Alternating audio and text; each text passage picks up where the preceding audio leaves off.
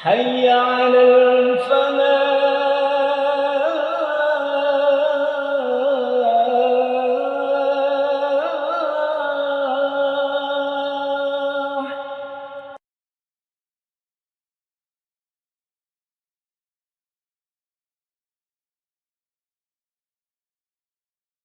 إن الحمد لله نحمده ونستعينه ونستغفره ونعوذ بالله من شرور أنفسنا ومن سيئات أعمالنا من يهده الله فلا مضل له ومن يضلل فلا هادي له وأشهد أن لا إله إلا الله وحده لا شريك له وأشهد أن محمدًا عبده ورسوله لا نبي بعده.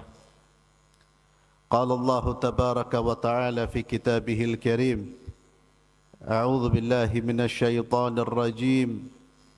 يا أيها الذين آمنوا اتقوا الله حق تقاته ولا تموتن إلا وأنتم مسلمون. يا أيها الناس اتقوا ربكم الذي خلقكم من نفس واحدة وخلق منها زوجها وبث منهما رجالا كثيرا ونساء واتقوا الله الذي تساءلون به والأرحام إن الله كان عليكم رقيبا. يا أيها الذين آمنوا اتقوا الله وقولوا قولا سديدا يصلح لكم أعمالكم ويغفر لكم ذنوبكم ومن يطع الله ورسوله فقد فاز فوزا عظيما. أما بعد، معاشر المسلمين rahimani wa rahimakumullah.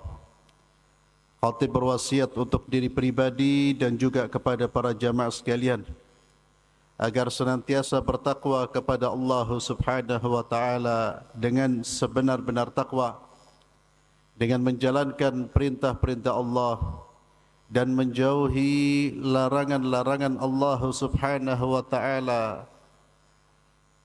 Karena dengan takwa kita akan bisa meraih ketenangan, ketentraman hidup di dunia, di alam barzakh, dan sampai kita dimasukkan ke dalam syurga Allah Subhanahu wa taala.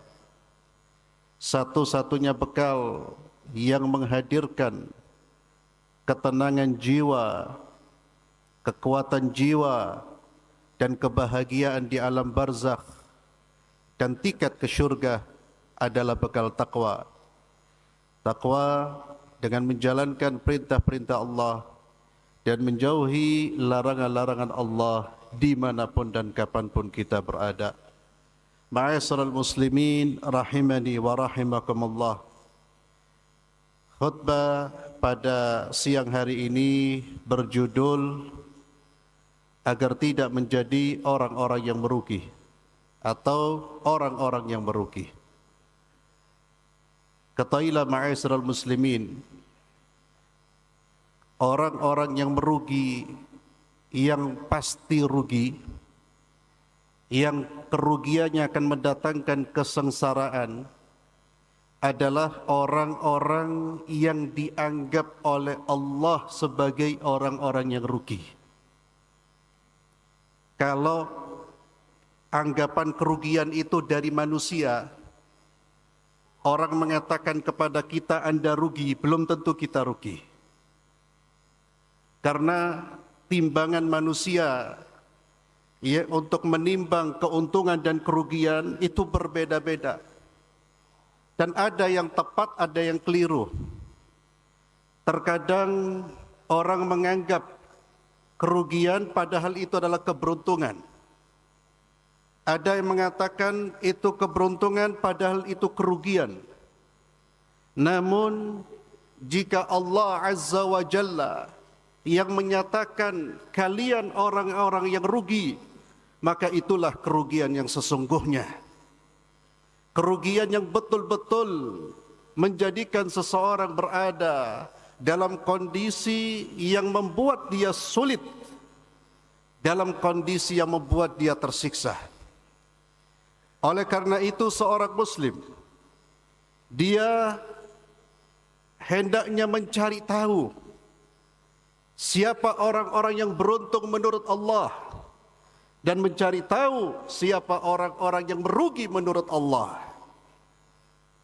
Dan siapa yang beruntung serta siapa yang merugi telah tertuang di dalam kitab Al-Quran, kitab suci yang menjadi bimbingan umat Islam, hudan lil muttaqin, petunjuk bagi orang-orang yang bertakwa. Siapa ingin tahu di mana posisi dirinya, apakah termasuk orang-orang yang beruntung atau orang-orang berugi, pelajari Al-Quran, tadabburi Al-Quran. Di situ kita bisa mengetahui di mana posisi kita, siapa diri kita. Maka Al-Quran yang menjadi cermin, yang menjadi petunjuk siapa diri kita. Di dalam ayat-ayat Allah ada beberapa ayat yang jelas-jelas Allah Azza wa Jalla mengatakan humul khasirun, mereka adalah orang-orang yang merugi. Yang ingin saya sampaikan di dalam mimbar yang mulia ini, di atas mimbar yang mulia ini adalah salah satu dari firman Allah yang berbicara tentang orang-orang yang merugi, yaitu firman Allah yang terdapat di dalam surat Al-Munafiqun ayat yang ke-9. Di dalam ayat ini Allah Subhanahu wa taala memanggil orang-orang yang beriman. A'udzu billahi minasyaitonir rajim. Ya ayyuhalladzina amanu la tulhikum amwalukum wala auladukum an dzikrillah wa man yaf'al dzalika faulaika humul khasirun. Allah memanggil mereka-mereka yang telah mengikrarkan dirinya sebagai hamba-hamba yang beriman. Allah memanggil orang-orang yang telah mengatakan kami beriman. Hai orang-orang yang sudah mengucapkan kata-kata iman, dengarkan apa yang Allah firmankan. Kata Abdullah bin Mas'ud, jika di dalam Al-Quran ada panggilan dari Allah, wahai orang-orang yang beriman, maka di dalam panggilan itu, di balik panggilan itu, setelah panggilan itu, ada perintah yang akan Allah perintahkan atau larangan yang Allah larang. Dan kenapa hampir semua ayat yang terkait dengan perintah didahului dengan panggilan orang-orang yang beriman? Karena hanya orang-orang yang beriman yang mau mendengar ayat-ayat Allah. Allah tidak memanggil sebarang manusia. Allah memanggil mereka-mereka yang beridentitas sebagai orang mukmin. Maka kata Abdullah bin Mas'ud, jika ada panggilan ya ayyuhalladzina amanu, perhatikan, pasang telinga kalian, pendengaran kalian, kondisikan hati kalian untuk menyimak, karena di situ ada perintah dan larangan. Di dalam ayat ini Allah mengingatkan kita semua, la tulhikum amwalukum wala auladukum an dzikrillah. Janganlah kalian terlalaikan dari mengingat Allah, dari beribadah kepada Allah. Janganlah kalian terlalaikan disebabkan oleh harta-harta kalian dan anak-anak kalian. Pesan dari Allah Subhanahu wa taala. Allah Azza wa Jalla mengingatkan kepada kita semua, jangan sampai urusan harta, urusan pekerjaan, urusan profesi, jabatan kita, kedudukan kita membuat kita lalai dari mengabdi kepada Sang Pencipta, membuat kita lalai dari Allah Subhanahu wa taala. Demikian pula dengan anak-anak kita. Anak-anak kita jangan sampai membuat kita bermaksiat kepada Allah. Kecintaan kepada anak jangan sampai membuat kita menzalimi manusia. Kecintaan kepada anak jangan sampai kita melakukan suap menyuap. Kecintaan kepada anak jangan sampai kita melakukan tindakan-tindakan yang menyelisihi syariat Allah. Allah menyebut dua harta dan anak karena ini yang paling dicintai oleh manusia. Ma'asyiral muslimin, ini panggilan kasih sayang dari Allah. Panggilan dari Allah Subhanahu wa taala, yang mana urusan harta kita, urusan anak kita ada di tangan Allah. Bagaimana kita melalaikan pemilik, bagaimana kita melalaikan pencipta harta dan anak-anak kita. Ma'asyiral muslimin, manusia yang dia meninggalkan Allah, meninggalkan ketaatan kepada Allah, meninggalkan ibadah kepada Allah, sebetulnya sedang menunjukkan sikap jahil atau sikap ketidaktahuannya, atau mohon maaf kebodohannya. Karena dia meninggalkan penciptanya, dia meninggalkan Allah yang mengatur rizkinya, dia meninggalkan Allah yang menggenggam urusan anak-anaknya, dia meninggalkan Allah yang menggenggam urusan kehidupannya. Allah pun memanggil, jangan wahai hamba-hambaku, la tulhikum. Ma'asyiral muslimin, fenomena manusia melalaikan Allah itu banyak sekali, Pak. Mereka-mereka meninggalkan salat karena pekerjaannya. Mereka-mereka yang tidak salat Jumat karena pekerjaannya. Mereka-mereka yang mencari kehidupan untuk membahagiakan anaknya. Mereka-mereka yang tidak peduli halal dan haram dalam mencari nafkah. Itu adalah orang-orang yang lalai dari mengingat Allah. Hanya karena mereka ingin mengejar harta, hanya karena mereka ingin menunjukkan cinta dan kasih sayang kepada anak, mereka lalai dari Allah Subhanahu wa taala. Apa kata Allah Azza wa Jalla, wa may yaf'al dzalik, barang siapa yang lalai dari ketaatan kepada Allah, dari mengingat Allah, faulaika humul khasirun, merekalah orang-orang yang rugi. Ma'asyiral muslimin, ini yang harus kita tanamkan, yang harus kita camkan, yang harus menjadi keyakinan kita.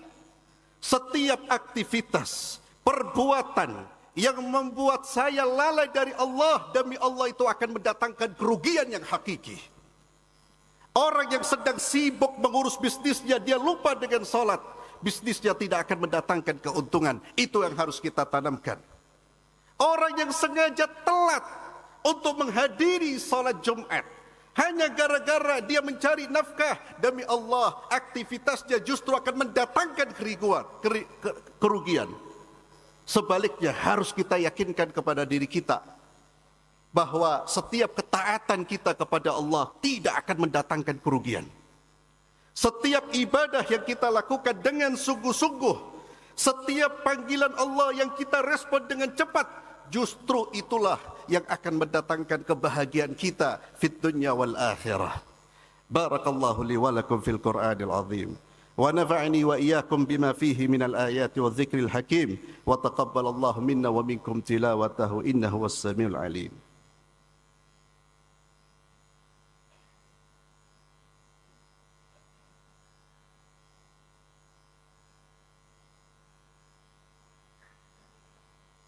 الحمد لله رب العالمين والصلاة والسلام على أشرف الأنبياء والمرسلين نبينا محمد وعلى آله وصحبه أجمعين وبعد. Ma'asyiral muslimin rahimani wa rahimakumullah. Di ayat selanjutnya Allah Azza wa Jalla memerintahkan hamba-hambanya untuk menginfakkan sebagian hartanya di jalan Allah. Wa anfiqu mimma razaqnakum min qabli an ya'tiya ahadakumul maut فيقول ربي لولا أخرتني إلى أجل قريب فأصدق وأكن من الصالحين.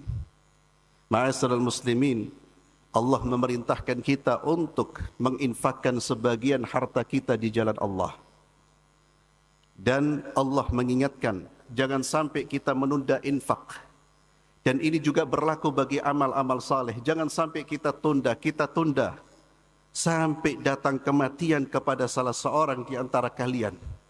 Ketika datang kematian, atau tanda-tanda kematian atau kondisi sakratul maut, maka dia pun menyesal karena dia menunda amal-amal kebaikan. Jangan sampai kondisi menyesal seperti itu datang pada kehidupan kita. Maka segera berbuat kebaikan. Di antara bentuk kebaikan adalah berinfak di jalan Allah. Berinfak untuk membantu saudara-saudara kita. Dan ibadah infak disebutkan di dalam ayat ini menunjukkan begitu besarnya fadilah infak. Dan salah satu ibadah yang disesali oleh orang-orang yang sudah meninggal adalah kenapa mereka tidak memperbanyak infak ketika mereka melihat begitu besar dahsyatnya fadilah dari infak ini. Ma'asyiral muslimin, perhatikan firman Allah Subhanahu wa taala, min qabli an ya'tiya ahadakumul maut fayaqula rabbi laula akhartani ila ajalin qarib.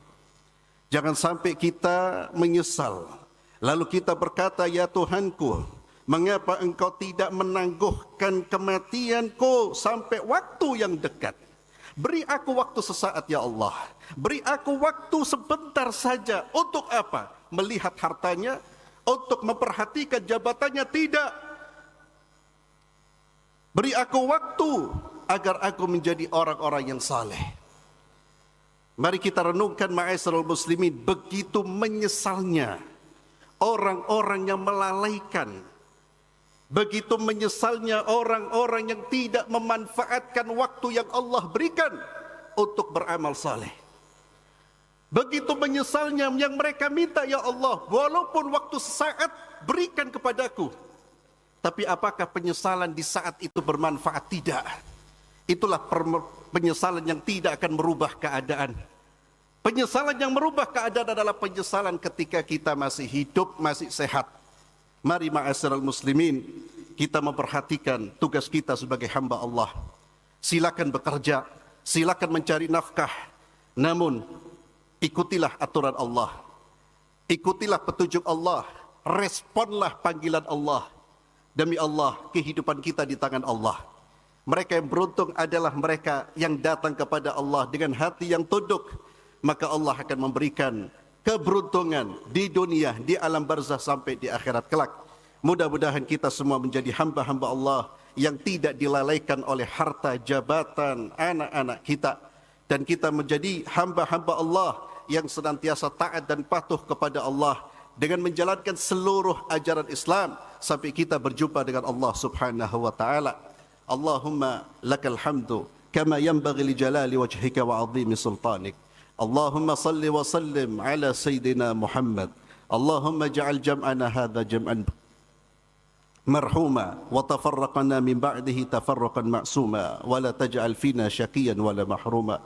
Allahumma ighfir lil muslimina wal muslimat wal mu'minina wal mu'minat al ahya'a minhum wal amwat innaka as-sami'un qaribun mujibud da'wati ya qadiyal hajat. اللهم أعز الإسلام والمسلمين وأذل الشرك والمشركين ودمر أعداءك أعداء الدين. اللهم انصر عبادك الموحدين. اللهم انصر إخواننا المسلمين في فلسطين. اللهم انصرهم على عدوهم يا رب العالمين. اللهم عليك بأعدائك أعداء الدين من اليهود والنصارى والمنافقين. اللهم عليك بعدائك أعداء الدين يا رب العالمين. ربنا ظلمنا أنفسنا وإن لم تغفر لنا وترحمنا لنكونن من الخاسرين. ربنا آتنا في الدنيا حسنة وفي الآخرة حسنة وقنا عذاب النار. وصل اللهم على سيدنا محمد وعلى آله وصحبه وسلم والحمد لله رب العالمين. أقيموا الصلاة.